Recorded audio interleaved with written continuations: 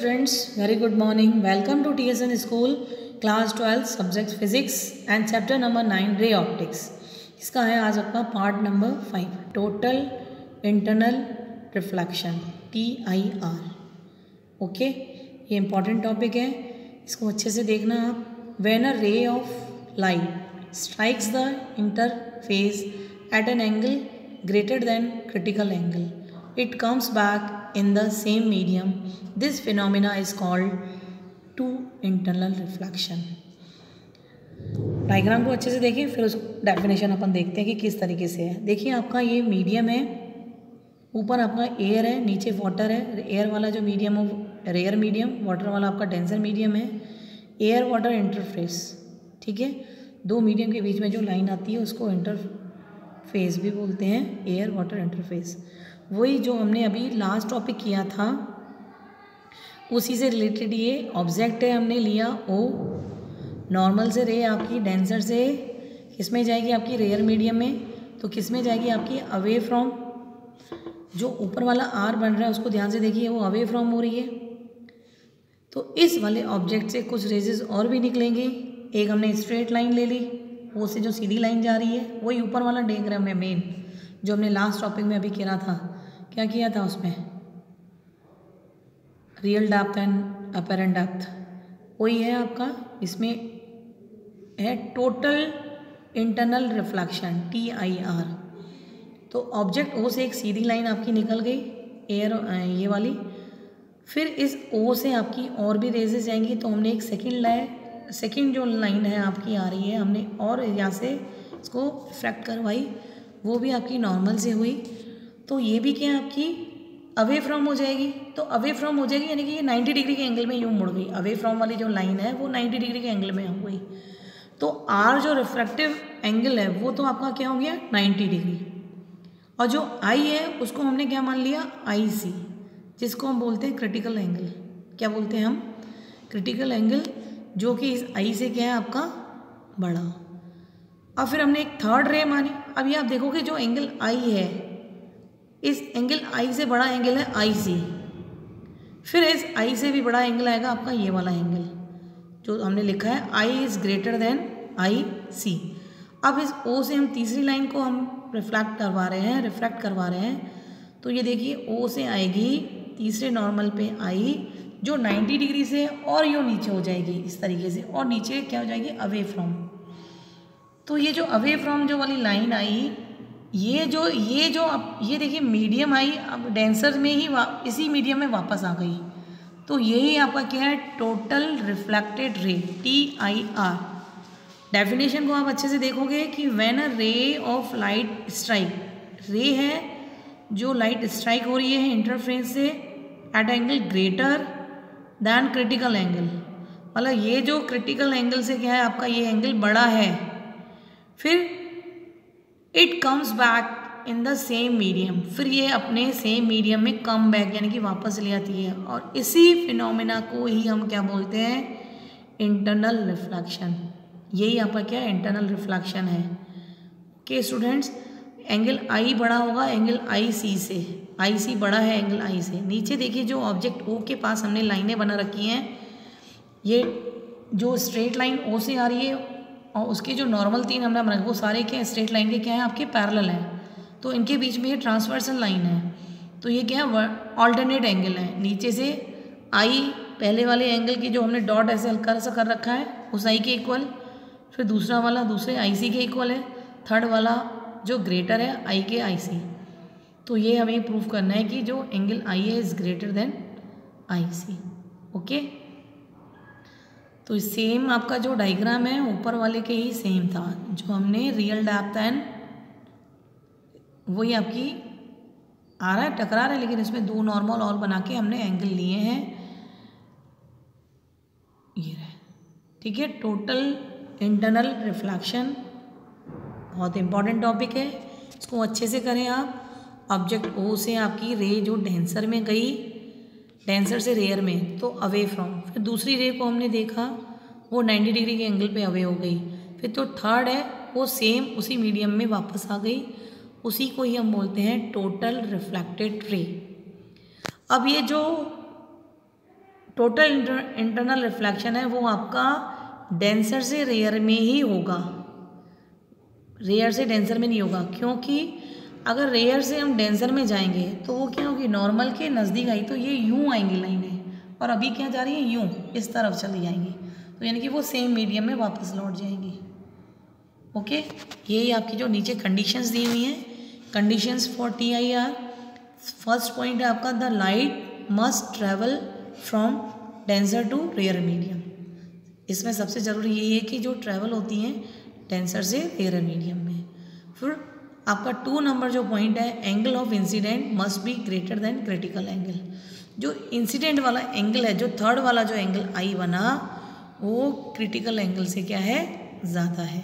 यही है आपका पहला काम, फिर उससे ज़्यादा, फिर उससे ज़्यादा। जो आई है जो वो greater than critical angle. Okay, अब देखिए क्रिटिकल एंगल क्या होता है, it is that angle of incidence in denser medium for which angle of refraction in rare medium is 90 degree.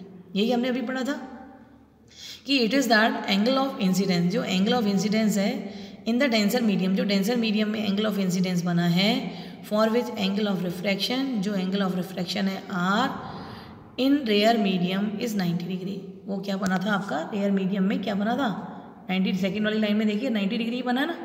वही आपसे कह रहा है कि जो क्रिटिकल एंगल है आई, उसके साथ जो रिफ्रैक्टेड एंगल बना था वो आपका क्या बना था, 90 डिग्री बना था। वही क्या होता है आपका क्रिटिकल एंगल, और जो रिफ्रैक्टेड एंगल है वो 90 डिग्री। तो इस डेफिनेशन में आपको वही कह रहा है, it is that angle of incidence in denser medium for which angle of refraction in rare medium, rare medium में जो एंगल ऑफ रिफ्लेक्शन बना वो आपका क्या बना, 90 डिग्री। अब आपका आता है derivation of critical angle. Critical angle का डेरिवेशन निकालना है हमें। अभी आपका देखिए एयर और वाटर, रेयर मीडियम और डेंसर मीडियम। डेंसर से तो जो आपका अभी हमने जो डायग्राम बना रखा है क्रिटिकल एंगल वाला, ये जो क्रिटिकल एंगल क्या होता है आपका, इसमें डेरिवेशन करना है, तो जो एंगल आई बनता है और जो रिफ्रैक्टेड एंगल बनता है वो 90 डिग्री। तो हमने ये जो रेयर एंगल बना रखा है वो 90 डिग्री है, और उधर हमने क्या मान लिया, point A. Apply Snell's law at A पे हम स्नेल्स लॉ अप्लाई करेंगे तो म्यू वाटर यानी कि refractive index of water sine i is equals to refractive index of air sine r. I is equals to जो incidence angle है वो critical angle के इक्वल है यानी कि आई सी, और जो रिफ्रैक्टिव एंगल है आर वो कितना है आपका 90 degree. Okay, sine mu W sine I C, I की जगह आई सी रख दिया, और mu A sine 90, sine I C upon sine 90 is equals to mu A upon mu W. ठीक है, साइन 90 की वैल्यू कितनी होती है 1, तो sine I C is equals to mu A upon mu W. तो I C is equals to sine inverse mu A upon mu W. Okay students, अब I C is equals to sine inverse mu A upon mu W को हम क्या लिखते हैं, W mu ए, इस तरीके से लिख सकते हैं। ठीक है, ये हमने आपको बताया था किस तरीके से इसको लिख सकते हैं, वो हमने लास्ट टॉपिक यहाँ जो लास्ट जो हमने पढ़ाया था उसमें बताया था आपको। तो यहाँ से आई सी इज इक्वल्स टू क्या निकला आपका साइन इनवर्स। अब डब्ल्यू म्यू ए को हम क्या लिख सकते हैं 1 अपॉन करके ए म्यू डब्ल्यू, हमने साइड में देखिए ब्रैकेट में भी लिख रखा है कि W mu A is equals to 1 upon A mu W. Okay students, तो जो क्रिटिकल एंगल निकला वो आपका क्या निकला, sine inverse 1 upon A mu W. जैसे एग्जांपल है कोई वाटर और ग्लास, रेयर मीडियम और डेंसर मीडियम, तो यहाँ पे जो क्रिटिकल एंगल आई सी निकलेगा वो क्या निकलेगा, sine inverse 1 upon W mu G. Okay, अब न्यूमेरिकल देखिए आप, calculate the minimum angle of incidence so that a ray traveling from glass mu is equals to 3/2 and water का mu कितना दिया हुआ है 4/3 doesn't emerge out in water। आपको incident ray का जो एंगल है, मिनिमम एंगल ऑफ इंसिडेंट निकालना है। तो मिनिमम एंगल ऑफ जो इंसिडेंट होगा इसमें देखिए आप G mu W is equals to क्या लिख सकते हैं, mu W upon mu G. तो 4/3, 3/2, 4/3 इंटू रेसिप्रोकल कर देंगे तो 2/3, 4 2 या 8, 8/9। तो G mu W is equals to को हम लिख सकते हैं 1/W म्यू जी। तो W mu G is equals to 1/G mu W. Okay, तो 1/G म्यू डब्ल्यू की वैल्यू कितनी है 8/9। 9 आपका क्या हो जाएगा, रेसिप्रोकल ऊपर पहुंच जाएगा तो 9/8।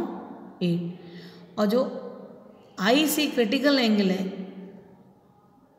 ये आपका मिनिमम एंगल ऑफ, ये है minimum angle of incidence. Incident का सबसे जो छोटा एंगल होता है वो मिनिमम एंगल यही है। तो I C is equals to sine inverse क्या होगा आपका 1/W म्यू जी। तो I C is equals to sine inverse 1/9/8। 1 के अंदर 9 क्योंकि डब्ल्यू म्यू जो की वैल्यू कितनी है 9/8। तो I C is equals to sine inverse 8 का पहुँच जाएगा आपका ऊपर 8/9।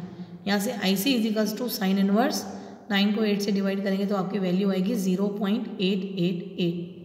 या तो यहाँ पे ही छोड़ दो, या आपका आई सी इज इक्वल्स टू 62.7 डिग्री कैसे आया, एक लॉग टेबल होती है, लॉग टेबल में हम इसकी वैल्यूज़ देखते हैं कि साइन में 0.88 की वैल्यू कितनी है।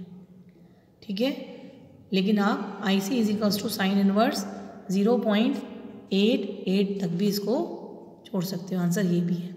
को समझ में आया। क्रिटिकल एंगल क्या होता है आपका, critical angle it is that angle of incidence in denser medium for which angle of refraction in rare medium is 90 degree. Okay, जो ये आपका पार्ट 5 था ये टोटल इंटरनल रिफ्लेक्शन था जिसको हम TIR बोलते हैं। ऑब्जेक्ट है आपका O, यहाँ से आपकी रेजेस रिफ्लेक्टेड होंगी, एक रे रिफ्रैक्ट हुई I, उसका रिफ्रैक्टिव इंडेक्स बना रिफ्रैक्टेड एंगल बना R, एक रे आपकी सीधी निकल गई, दूसरी रे आपकी एंगल I बना जो कि क्रिटिकल एंगल है IC के इक्वल है, उसका जो रिफ्रैक्टेड एंगल बना वो 90, क्योंकि वो 90 डिग्री की एंगल उसकी क्या हो गई अवे फ्रॉम हो गई। फिर हमने वहाँ से एक थर्ड रे और निकाली जो एंगल I है, लेकिन वो एंगल जो I है वो उस एंगल IC से क्या है ग्रेटर देन है, फिर वो उसी मीडियम से वापस उसी में आ गई। तो वही आपका क्या है टोटल रिफ्लेक्टेड रे TIR। इसकी कंडीशंस हैं कि light must travel from denser to rare medium. फिर दूसरा है angle of incident must be greater than critical angle. Critical angle it is that angle of incidence in denser medium for which angle of refraction in rare medium is 90 degree. Okay, derivation of critical angle slash law apply किए, वहाँ से आई C is equals to क्या निकला आपका sine inverse 1/A mu W.